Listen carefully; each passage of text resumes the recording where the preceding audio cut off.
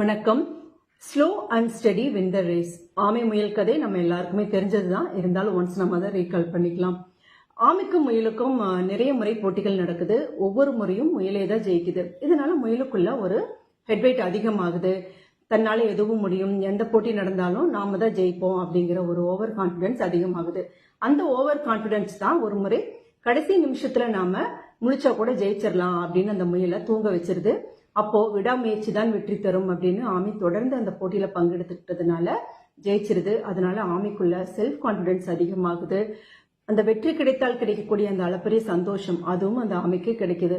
ஒருவேளை இந்த முறையும் முயல் தூங்காம இருந்து ஆமை தோத்து போயிருந்துச்சு அப்படின்னா இந்த கதை இந்த அளவுக்கு பிரபலம் ஆயிருக்குமா? இந்த கதையை வேற மாதிரி கூட சொல்லுவாங்க.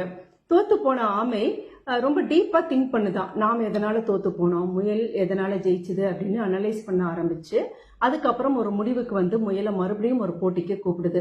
அப்போ முயல் ரொம்ப கர்வத்தோட எப்படி இருந்தாலும் நான் தான் ஜெயிக்க போறேன், நீ நடத்து, நான் வந்து கலந்துக்கிறேன் அப்படின்னு சொல்லுதான். அப்போ ஆமை சொல்லுது, இல்ல இந்த போட்டி ஆத்துல நடக்க போகுது. இது வரைக்கும் நடந்த போட்டி தரையில நடந்துச்சு, இது ஆத்துல தான் நடக்கும், நீ கண்டிப்பா கலந்துக்கணும்னு ஆமை சொல்லிச்சான். அதுக்கு முயல் சொல்லுதான், கண்டிப்பா என்னால முடியாதுப்பா, தரையில நடந்தா நான் தான் ஜெயிப்பேன், அதுல சந்தேகமே இல்லை. ஆனா ஆத்துல நடந்துச்சுன்னா நீ தான் ஜெயிப்ப, என்னால உன்னோட போட்டி போட முடியாது, அளவிடு அப்படின்னு முயல் எஸ்கேப் ஆயிடுச்சான்.